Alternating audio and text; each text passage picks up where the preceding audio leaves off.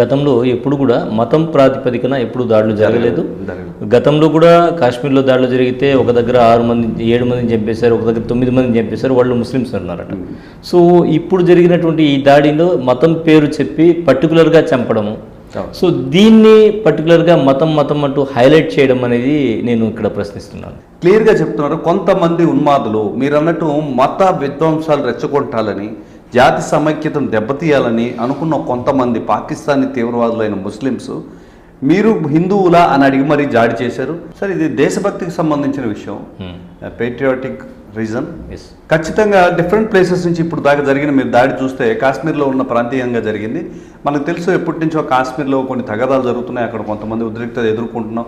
అటువంటిప్పుడు ఏదైనా సంఘటనలు జరిగినాయి అనుకోవచ్చు. దేశం నలుమూల నుంచి చాలామంది పర్యాటకులు ఉన్నప్పుడు మిషన్ గన్స్తో కొంతమంది ముస్లిమ్స్, పాకిస్తాన్ ముస్లిమ్స్ వచ్చి మీరు హిందువులా ముస్లిమ్సా అని అడిగి దాడి చేస్తే ఈ దాడి ఖచ్చితంగా స్ప్రెడ్ అవుతుంది.